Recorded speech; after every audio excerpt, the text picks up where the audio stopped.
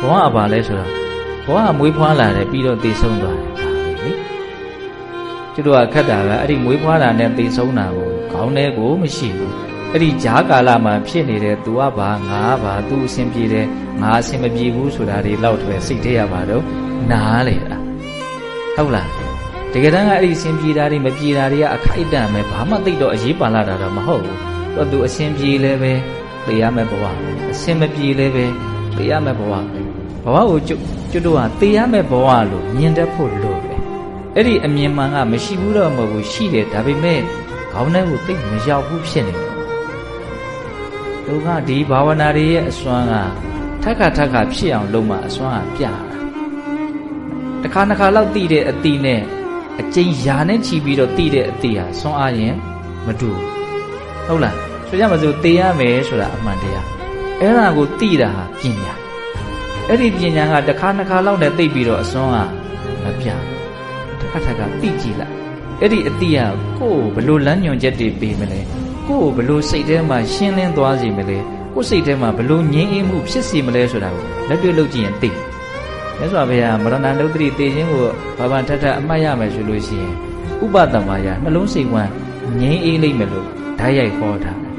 ဒါစိတ်တွေပူလောင်နေတယ်ဆိုရင်ငါတေးရမယ့်လူပါလို့စဉ်းစားလိုက်ငါဘေးကလူတွေလည်းတေးရမယ့်လူတွေလို့စဉ်းစားလိုက်ဒီခါတလေဘုန်းဘုန်းတို့ဟာကိုယ့်ဘဝနဲ့ပတ်သက်ပြီးတော့စိုးရိမ်တာပူလောင်တာရှိတယ်လို့သူများဘဝတွေနဲ့ပတ်သက်ပြီးတော့စိုးရိမ်နေတာပူနေတာတွေမရှိဘူးလားမိဘတွေဆိုရင်သာသမီတွေရဲ့ဘဝတွေနဲ့ပတ်သက်ပြီးတော့အများကြီးသူတို့စိုးရိမ်ကြတာပူကြတာပေါ့ဒါဘုန်းဘုန်းကတော့လက်တွေ့ကြလေးဒေသနာတွေကိုအသုံးချကြည့်စေခြင်းတယ်ကိုယ့်ဘဝနဲ့ပတ်သက်ပြီးတော့စိတ်တွေပူနေတယ်ဆိုရင်ငါမကြခင်သိမှာပါဘာတွေများပူနေတာတော့ငါဟာတေလူတယောက်ဖြစ်တယ်ဆိုတဲ့အမှန်သိမှုဟာကိုယ့်ဘဝအတွက်အများကြီးပူနေတာတွေကိုလျှော့ချနိုင်လိမ့်မယ်ဟုတ်ပြီအဲ့လိုဆိုရင်သူများဘဝနဲ့ပတ်သက်ပြီးတော့ပူတဲ့အခါကာလမျိုးမှာဒါနီးပေးနေတာနော်သာသမီတွေရဲ့ဘဝနဲ့ပတ်သက်ပြီးတော့ပူတယ်ဆိုရပါမယ်ပူရင်လည်းပဲမညာမတာလာစဉ်းစားလိုက်သူတို့လည်းပဲသေရမယ့်အကောင်လေးတွေသေရမယ့်လူလေးတွေစိတ်ထဲမှာဘယ်လောက်ရှင်းသွားမလဲဆိုတာကိုလက်တွေ့လုပ်ကြည့်မှသိမှာနော်ဘုန်းကြီးကမင်္ဂလာမရှိတဲ့စကားပြောနေဘူးမင်္ဂလာမှအလွန်မင်္ဂလာရှိတဲ့စကားပြောတယ်မှန်ကန်မှုလောက်မင်္ဂလာရှိတာပဲရှိတယ်တော့ဟုတ်လားစဉ်းစားနော်ဒါကိုဘေးကလူတွေအကုန်လုံးကိုလည်းပဲသေလူလို့တွက်တာဘုန်းတို့ရဲ့စိတ်ထဲကိုဒုက္ခအပေးနိုင်ဆုံးလူတွေဟာဘယ်လိုလူတွေလို့ထင်တယ်ကိုအရင်နှီးဆုံးလူတွေပေါ့ဟုတ်တယ်မဟုတ်လားကိုအချစ်ဆုံးလူတွေကိုတန်ရုံးစဉ်အရှိရဆုံးလူတွေဆွေတွေမျိုးတွေနည်းနည်းလေးဝေးသွားလေးဒုက္ခပေးနိုင်မှုအားနည်းလေးနီးလာလေးဒုက္ခပေးနိုင်မှုကြီးလေးပဲစဉ်းစားကြည့်လေကိုယ်စိတ်တွေကြိမ်ပါများစွာပူနေရတာဘယ်သူအတွက်ပူနေရတာတော့အဲ့လူတွေပဲဟုတ်လားဒါကြောင့်မလို့သေခြင်းကိုစဉ်းစားရင်ပထမဒုက္ခအပေးနိုင်ဆုံးကိုယ့်ဘဝအကြောင်းကိုအရင်စဉ်းစားငါဟာသေလူတယောက်ဖြစ်တယ်ဒီကိုတရားလိုက်ပဲလုံးဝရှောင်လို့မရဘူးသေပြီဆိုတာနဲ့ဒီဘဝရဲ့အခြေအနေကောင်းတယ်ပဲပြောမကောင်းဘူးပဲပြောမကောင်းတကောင်းပဲပြောချင်တာပြောအဲ့ဒါတွေအကုန်လုံးဟာပြီးသွားလိမ့်မယ်ဟုတ်လားအဲ့လိုဆိုရင်ကျန်တဲ့လူတွေကိုလည်းအဲ့လိုညံတွေကရှင်းထုတ်နိုင်ဖို့လုပ်တယ်သားသမီးတွေ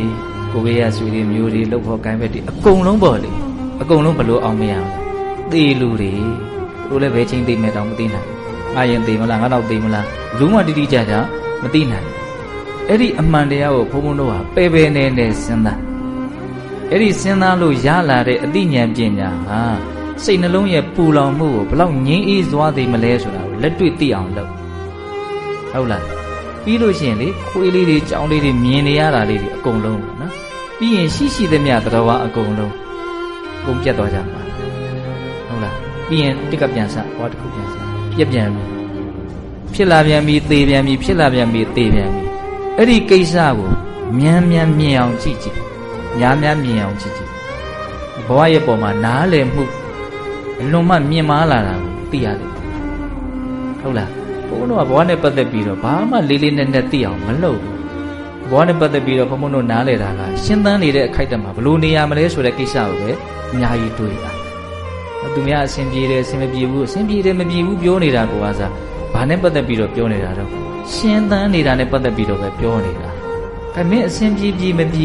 သေလဲသေရအောင်ပါဆိုတာဘာတော့ အမှန်တရားကြီးအဲ့ဒီအမှန်တရားကိုဘုန်းတော်ဘာလို့အောင်တော့စဉ်းစားရမယ်ခုဒီမှာမြတ်စွာဘုရားအနှစ်ချုပ်လေးပြောတာနော်ပုဏ္ဏပုဏ္ဏဇာယတိမိယတိစံထခထခဖြစ်ရတယ်ထခထခဖြစ်တော့ထခထခပြည့်ရတယ်ပေါ့မွေးရတယ်ပေရတယ်